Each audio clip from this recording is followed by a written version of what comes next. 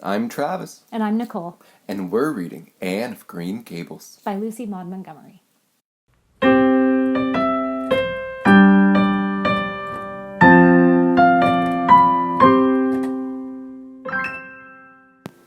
Chapter 15.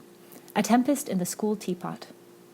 "What a splendid day!" said Anne, drawing a long breath. "Isn't it good just to be alive on a day like this? I pity the people who aren't born yet for missing it. They may have good days, of course, but they can never have this one. And it's splendider still to have such a lovely way to go to school by, isn't it?" It's a lot nicer than going around by the road. That is so dusty and hot.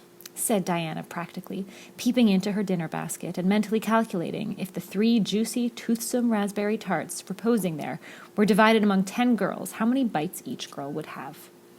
The little girls of Avonlea School always pooled their lunches, and to eat 3 raspberry tarts all alone, or even to share them only with one's best chum, would have forever and even branded as awful mean the girl who did it. And yet, when the tarts were divided among the 10 girls, you just got enough to tantalize you. The way Anne and Diana went to school was a pretty one. Anne thought those walks to and from school with Diana couldn't be improved upon by even the imagination. Going around by the main road would have been so unromantic, but going by Lover's Lane and Willowmere and Violet Vale and the Birch Path was romantic, if ever anything was. Lover's Lane opened out below the orchard at Green Gables and stretched far up into the woods to the end of the Cuthbert farm. It was the way by which the cows were taken to the back pasture and the wood hauled home in the winter. Anne had named it Lover's Lane before she had a month at Green Gables. "Not that lovers ever really walk there," she explained to Marilla, "but Diane and I have been reading a perfectly magnificent book, and there's a Lover's Lane in it, so we want to have one too. And it's a very pretty name, don't you think? So romantic. We can imagine the lovers into it, you know. I like that lane because you can think out loud there without people calling you crazy." Anne, starting out alone in the morning, went down Lover's Lane as far as the brook. Here Diana met her, and the 2 little girls went up on the lane under the leafy arch of maples. "Maples are such sociable trees," said Anne. "They're always rustling and whispering to you." Until they came to a rustic bridge. Then they left the lane and walked through Mr. Barry's back field and past Willowmere. Beyond Willowmere came Violet Vale, a little green dimple in the shadow of Mr. Andrew Bell's big woods. "Of course there are no violets there now," Anne told Marilla, "but Diana said that there are millions of them in the spring. Oh, Marilla, can't you just imagine you see them? It actually takes my breath away. I named it Violet Vale. Diana says she never saw the beat of me for hitting on fancy names for places. It's nice to be clever at something, isn't it? But Diana named the Birch Path. She wanted to, so I let her, but I'm sure I could have found something more poetic than plain Birch Path. Anybody can think of a name like that, but the Birch Path is one of the prettiest places in the world, Marilla." It was. Other people beside Anne thought so when they stumbled on it. It was a little narrow, twisting path, winding down over a long hill straight through Mr. Bell's woods, where the light came down sifted through so many emerald screens that it was as flawless as the heart of a diamond. It was fringed in all its length with slim young birches, white-stemmed and lissom-bowed, ferns and starflowers and wild lilies of the valley, and scarlet tufts of pigeon berries grew thickly along it. And always there was a delightful spiciness in the air, and music of bird calls, and the murmur and laugh of woodwinds in the trees overhead. Now and then you might see a rabbit skipping across the road if you were quiet, which, with Anne and Diana, happened about once in a blue moon. Down in the valley, the path came out to the main road, and then it was just up the spruce hill to the school. The Avonlea School was a whitewashed building, low in the eaves and wide in the windows, furnished inside with comfortable, substantial, old-fashioned desks that opened and shut, and were carved all over their lids with the initials and hieroglyphics of 3 generations of schoolchildren. The schoolhouse was set back from the road, and behind it was a dusky firewood and a brook where all the children put their bottles of milk in the morning to keep cool and sweet until dinner hour. Marilla had seen Anne start off to school on the first day of September with many secret misgivings. Anne was such an odd girl. How would she get on with the other children? And how on earth would she ever manage to hold her tongue during school hours? Things were better than Marilla feared, however. Anne came home that evening in high spirits. "I think I'm going to like school here," she announced. I don't think much of the master, though. He's all the time curling his mustache and making eyes at Prissy Andrews. Prissy is grown up, you know. She's 16, and she's studying for the entrance examination into Queen's Academy at Charlottetown next year. Tilly Bolter says the master is dead gone on her. She's got a beautiful complexion and curly brown hair she does up so elegantly. She sits in the long seat at the back, and he sits there too, most of the time, to explain her lessons, he says. But Ruby Gillis said she saw him writing something on her slate, and when Prissy read it, she blushed as red as a beet and giggled. And Ruby Gillis says she doesn't believe it had anything to do with the lesson. Anne Shirley, don't let me hear you talking about your teacher in that way again, said Marilla sharply. You don't go to school to criticize the master. I guess he can teach you something, and it's your business to learn. And I want you to understand right off that you are not to come home telling tales about him. That is something I won't encourage. I hope you were a good girl. Indeed I was, said Anne comfortably. It wasn't so hard as you might imagine, either. I sat with Diana. Our seat is right by the window, and we can look down to the lake of shining waters. There were lots of nice girls in school, and we had a scrumptious fun playing at dinner time. It's so nice to have a lot of little girls to play with. But, of course, I like Diana best and always will. I adore Diana. I'm dreadfully far behind of the others. They're all in the 5th book, and I'm only in the 4th. I feel it's some kind of disgrace. But that's not one of them as such an imagination can have, and so I soon found that out. We had reading and geography and Canadian history and dictation today. Mr. Phillips said my spelling was disgraceful, and he held up my slate so everyone could see it, all marked over. I felt so mortified, Marilla. He might have been politer to a stranger, I think. Ruby Gillis gave me an apple, and Sophia Sloane lent me a lovely pink card with "May I see you home" on it. And I'm going to give it back to her tomorrow. And Tilly Bolter let me wear her bead ring all afternoon. Can I have some of those pearl beads off the old pincushion in the garret and make myself a ring? And oh, Marilla, Jane Andrews told me that Minnie McPherson told her that she heard Prissy Andrews tell Sarah Gillis that I had a very pretty nose. Marilla, that is the first compliment I've ever had in my life, and you can't imagine what a strange feeling it gave me. Marilla, have I a really pretty nose? I know you'll tell me the truth. Your nose is well enough, said Marilla shortly. Secretly, she thought Anne's nose was a remarkably pretty one, but she had no intention of telling her so. That was 3 weeks ago, and all had gone smoothly so far. And now, this crisp September morning, Anne and Diana were tripping blithely down the birch path, two of the happiest little girls in Avonlea. I guess Gilbert Blythe will be in school today, said Diana. He's been visiting his cousins over in New Brunswick all summer, and he only came home Saturday night. He's awfully handsome, man, and he teases the girls something terrible. He just torments our lives out. Diana's voice indicated she'd rather liked having her life tormented out than not. Gilbert Blythe? Said Anne. Isn't it his name that's written up on the porch wall with Julia bells and a big "take notice" over them? Yes, said Diana, tossing her head. But I'm sure he doesn't like Julia bells so very much. I've heard him say he studied the multiplication table by her freckles. Oh, don't speak about freckles to me, said Anne. Implored Anne. It isn't delicate when I've got so many. But I do think that writing "take notices" up on the wall about boys and girls is the silliest ever.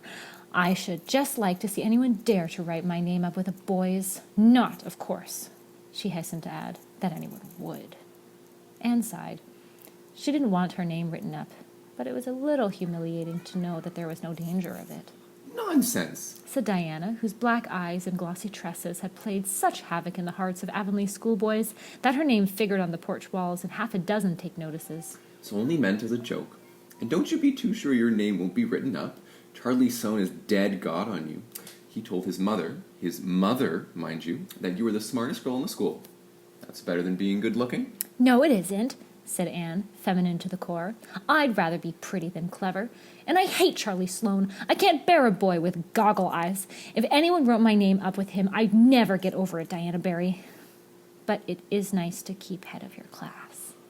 You'll have Gilbert in your class after this, said Diana. And he's used to being head of his class, I can tell you.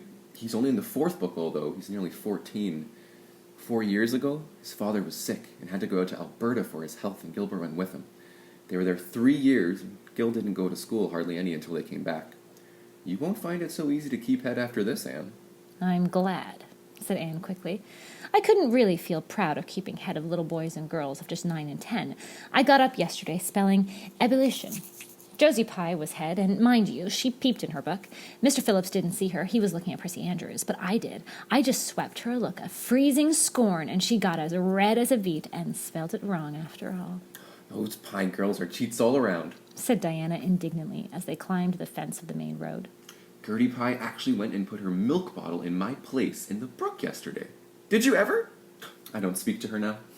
When Mr. Phillips was in the back of the room hearing Prissy Andrews' Latin, Diana whispered to Anne, That's Gilbert Blythe, sitting right across the aisle from you, Anne. Just look at him and see if you don't think he's handsome. Anne looked accordingly. She had a good chance to do so, for the said Gilbert Blythe was so Gilbert Blythe was so absorbed in stealthily pining the long yellow braid of Ruby Gillis, who sat in front of him, to the back of her seat. He was a tall boy, with curly brown hair, roguish hazel eyes, and a mouth twisted in a teasing smile. Presently Ruby Gillis started up to take the sum to the master. She fell back into her seat with a little shriek, believing that her hair was pulled out by the roots. Everyone looked at her, and Mr. Phillips glared so sternly that Ruby began to cry. Gilbert had whisked the pin out of sight and was studying his history with the soberest face in the world. But when the commotion subsided, he looked at Anne and winked with inexpressible drollery. I think your Gilbert Blythe is handsome, confided Anne to Diana, but I think he's very bold. It isn't good manners to wink at a strange girl. But it was not until the afternoon that things really began to happen. Mr. Phillips was back in the corner, explaining a problem in algebra to Prissy Andrews, and the rest of the scholars were doing pretty much as they pleased, eating green apples, whispering, drawing pictures on their slates, and driving crickets, harnessed to strings up and down the aisle. Gilbert Blythe was trying to make Anne Shirley look at him, and failing utterly, because Anne was at the moment totally oblivious, not only of the very existence of Gilbert Blythe, but of every other scholar in Avonlea School and of Avonlea School itself. With her chin propped up on her hands and her eyes fixed on the blue glimpse of the lake of shining waters that west window afforded, she was far away in gorgeous dreamland, hearing and seeing nothing save of her own wonderful visions. Gilbert Blythe wasn't used to putting himself out to make a girl look at him and meeting with failure. She should look at him, that red-haired Shirley girl with the little pointed chin and the big eyes that weren't like the eyes of any other girl in Avonlea School. Gilbert reached across the aisle, picked up the end of Anne's long red braid, held it out at arm's length, and said in a piercing whisper, Carrots! Carrots! Then Anne looked at him with a vengeance. She did more than look. She sprang to her feet, her bright fancies falling into curless ruin. She flashed one indignant glance at Gilbert from the eyes whose angry sparkle was swiftly quenched in equally angry tears. You mean, hateful boy! She exclaimed passionately. How dare you! And then, thwack! Anne brought her slate down on Gilbert's head and cracked it, slate, not head, clear across. Avonlea School always enjoyed a scene. This was an especially enjoyable one. Everyone said, "Oh," in horrified delight. Diana gasped. Ruby Gillis, who was inclined to being hysterical, began to cry. Tommy Sloane let his team of crickets escape him altogether while he stared open-mouthed at the tableau. Mr. Phillips stalked down the aisle and laid his hand heavily on Anne's shoulder. Anne Shirley, what does this mean? He said angrily. Anne returned no answer.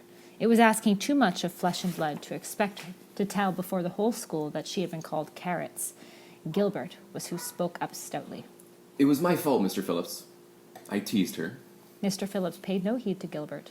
I am sorry to see a pupil of mine displaying such a temper and such a vindictive spirit, he said in a solemn tone, as if the mere fact of being a pupil of his ought to be root out all evil passions from the hearts of small imperfect mortals.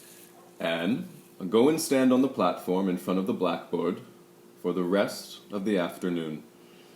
Anne would have infinitely preferred a whipping to this punishment, under which her sensitive spirit quivered as if from a whiplash. With a white, set face, she obeyed.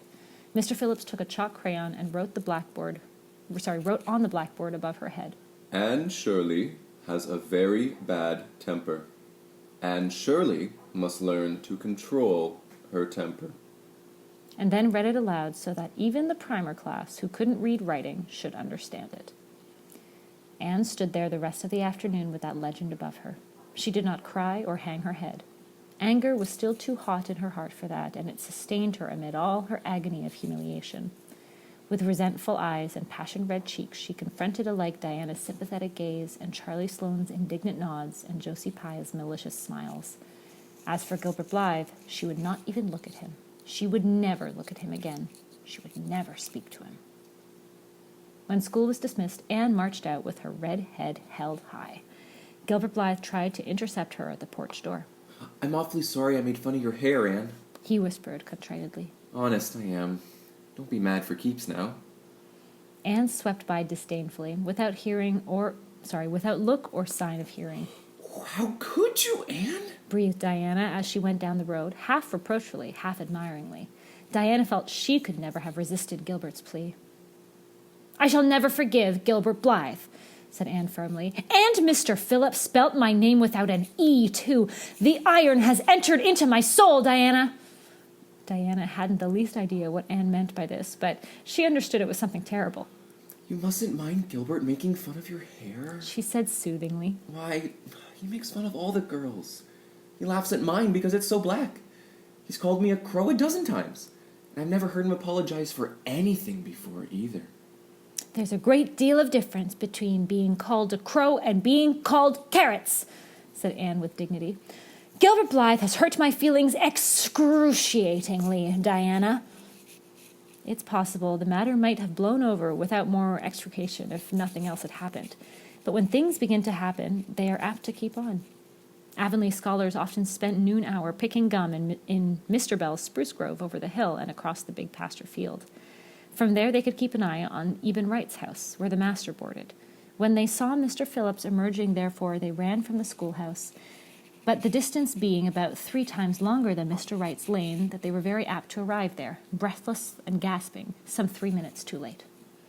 On the following day, Mr. Phillips was seized with one of his spasmodic fits of reform and announced, before going home to dinner, that he should expect to find all the scholars in their seats when he returned.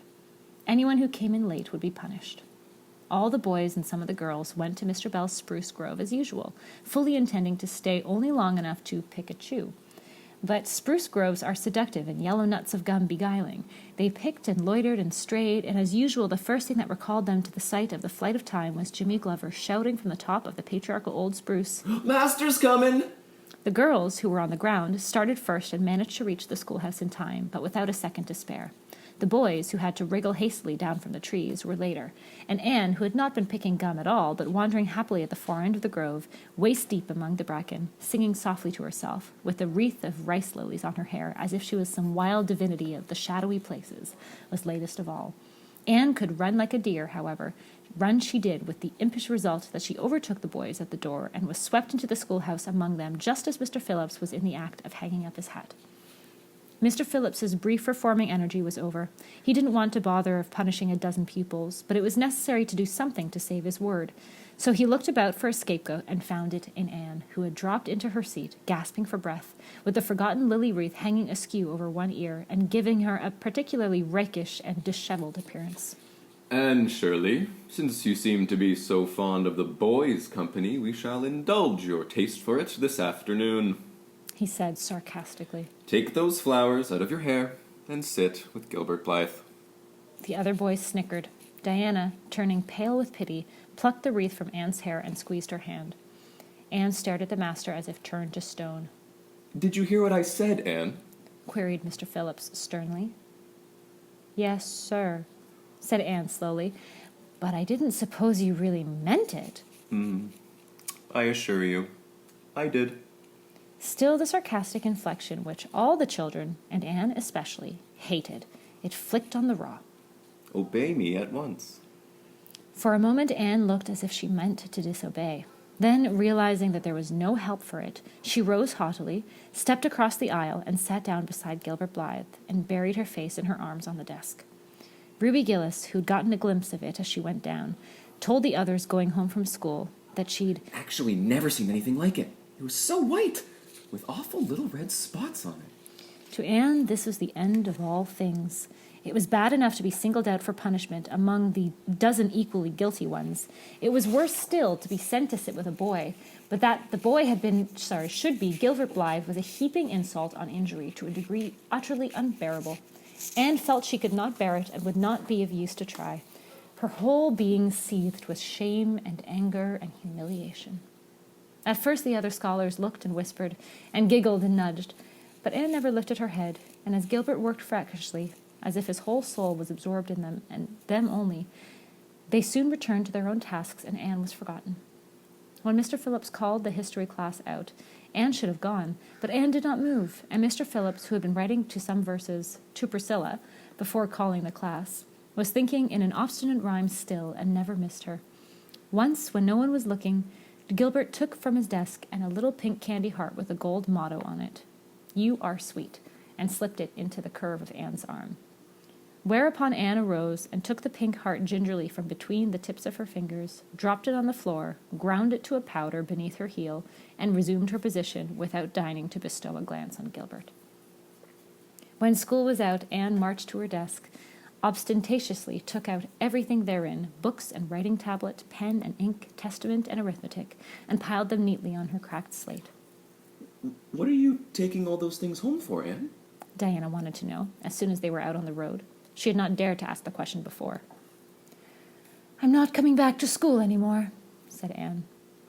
Diana gasped and stared at Anne as if she'd meant it. Will Marilla let you stay home? She asked. "She'll have to," said Anne. "I'll never go to school to that man again." Oh, Anne! Diane looked as if she was ready to cry. I do think you're mean. What shall I do? Mr. Phillips will make me sit with that horrid Gertie Pye. I know he will, because she is sitting alone. Do come back, Anne. "I'd do almost anything in the world for you, Diana," said Anne sadly. "I'd let myself be torn limb from limb if it would do you any good. But I can't do this, so please don't ask it. You harrowed up my very soul." Just think of all the fun you'll miss, mourned Diana. We're going to build the loveliest new house down by the brook, and we'll be playing ball next week, and you've never played ball, Anne. It's tremendously exciting. And we're going to learn a new song. Jane Andrews is practicing up now, and Alice Andrews is going to bring a new pansy book next week, and we're all going to read it out loud, chapter about down by the brook. And you know how you were so fond of reading out loud, Anne? Nothing moved Anne in the least. Her mind was made up. She would not go to school to Mr. Phillips again. She told Marilla so when she got home. "Nonsense," said Marilla. "It isn't nonsense at all," said Anne, gazing up at Marilla with a solemn, reproachful eye. "Don't you understand, Marilla? I've been insulted." "Insulted fiddlesticks. You'll go to school tomorrow as usual." "Oh, no." Anne shook her head gently. "I'm not going back, Marilla. I'll learn my lessons at home, and I'll be as good as I can be and hold my tongue all the time if it's possible at all. But I will not go back to school, I assure you." Marilla said something remarkably like unyielding stubbornness looked out over Anne's small face. She understood that she would have to be in trouble to overcome it, but she resolved wisely to say nothing more just then. "I'll run down to see Rachel about it this evening," she thought. "There's no use reasoning with Anne now. She's too worked up, and I've an idea she can be awfully stubborn if she takes a notion. Far as I can make out from her story, Mr. Phillips had been carrying matters with a rather high hand, but it would never do to say so to her. I'll just talk it over with Rachel. She sent 10 children to school, and she ought to know something about it. She'll have heard the whole story, too. Sure, by this time." Marilla found Mrs. Lynde knitting quilts as industriously and cheerfully as usual. "I suppose you know what I've come about," she said, a little shamefacedly. Mrs. Rachel nodded. "About Anne's fuss in school, I reckon," she said. "Tilly Boulter was in on her way home from school and told me about it." "I don't know what to do with her," said Marilla. "She declares she won't go back to school. I never saw a child so worked up. I've been expecting trouble ever since she started school. I knew things were going too smooth to last. She's so high-strung. What would you advise, Rachel?"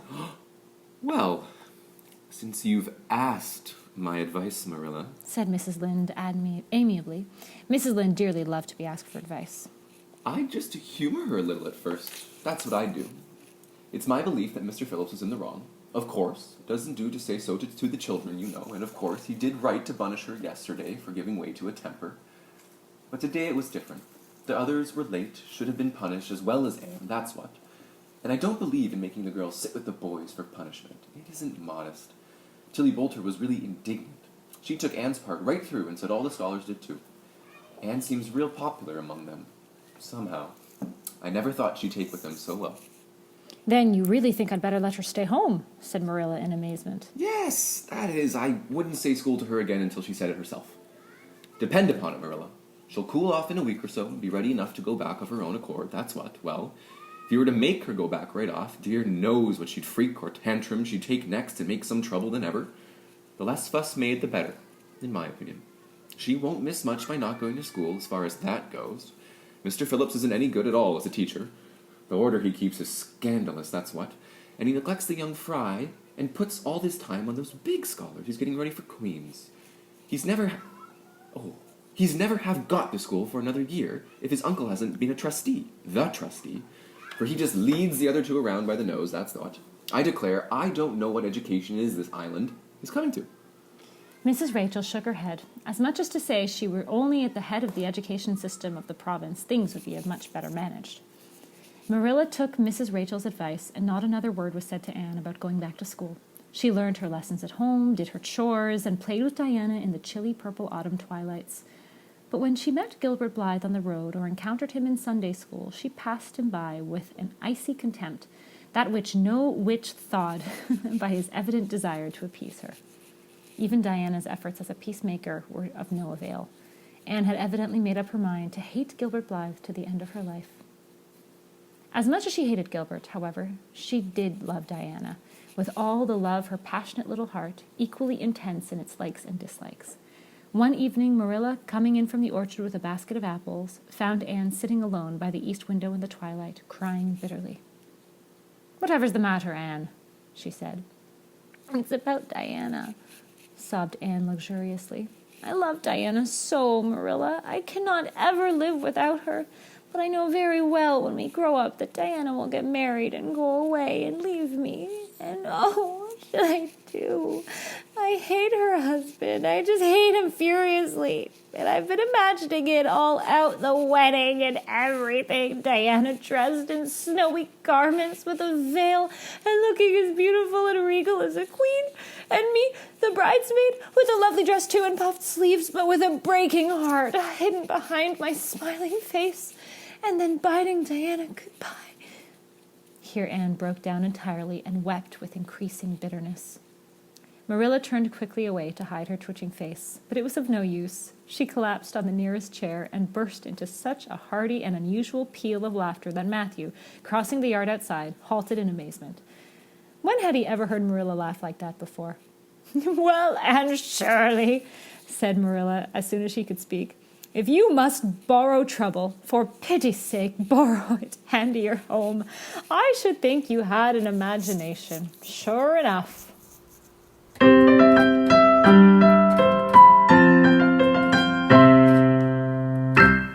I'm Travis. And I'm Nicole. And we just finished reading chapter 15 of Anne of Green Gables. It's time for the 30-second recap. On your marks. Get set. Go!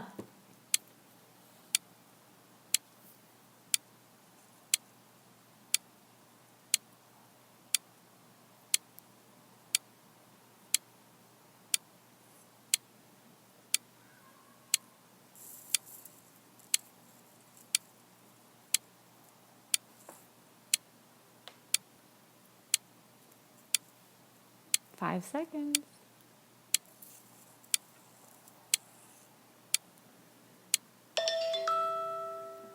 Well done. So now it's our turn, right, Nicole? It is. It's I been a think while. I want to go first. All right. If you want to go first, Travis is a teacher, everybody, so this is probably one of his favorite chapters. Oh, set up. Yep, expectations are set. Are you ready? I'm ready. 3, 2, 1, go! Okay, so the chapter opens. We're talking about Anne first starting to go back to school, how she gets there, how she plays with Diana, all the really interesting dynamics of the students, sharing their lunches, their slates, where they are. We get introduced to one of the most fabulous characters, Gilbert Blythe, who comes in, makes fun of Anne a little bit, kind of teasing. Anne loses her temper a bit, breaks her slate on his head. She gets in trouble. Then gets in trouble the next day from Mr. Phillips in a way that might be a little too mean, I think. And then Anne kind of decides that she doesn't want to go back to school. But upon waiting a bit, she really misses Diana. That was actually really good. Wow. Really good. Oh, I don't know if I can Nicole. top that. That's why I wanted to go first. Okay, I'll try. All right. Count me in. In 3, 2, 1, go. So this chapter introduces us to Avonlea School, which is where Anne and Diane and all the kids from Avonlea go to learn. So Anne is, first of all, starts to love school, but then there's this new boy, Gilbert Blythe, who comes in and teases her. He starts to bully her, and she gets called carrots, and she breaks her slate over his head, which is like her chalkboard, and then she even gets in trouble the next day, even though Mr. Phillips, her teacher, may have been singling her out. So Anne feels a bit, oh my God, a bit uncomfortable, and so she tells Marilla she doesn't want to go back to school, but you're right, and then Mrs. Diana, it wasn't as good as yours. I'm sorry. Petered out at the end. There's so much information in this chapter. And you know what? You're very right, Nicole. We should have the slate is a chalkboard that the students would write on to show their answers to the teacher. A little more reusable than paper, which is what a lot of students are used to using in school to write down their notes. But these days, we may not have slates. They may have been turned into something a little fancier, like an iPad. But Anne was definitely using a chalkboard. So our questions for us, for those listening at home to consider for this week, is this chapter introduced us to school in Avonlea. So what similarities and differences does your schooling share with Anne? I think for me right off the bat, Nicole, that they're all in the same room together, right? The primary kids all the way to 16-year-olds. Wow. I haven't seen that before. I guess that's what happens in a small town. And we know that schools all around the world all look very different. Exactly. It's always exciting to see how schools look for some of your favorite characters. So, in this chapter, Anne also got into some trouble at school, and because of it, she decided to stay home. Have you ever wanted to stay home from school? What made you go back? Thank you very much, everyone, for reading chapter 15 with us. We'll see you next week. Bye.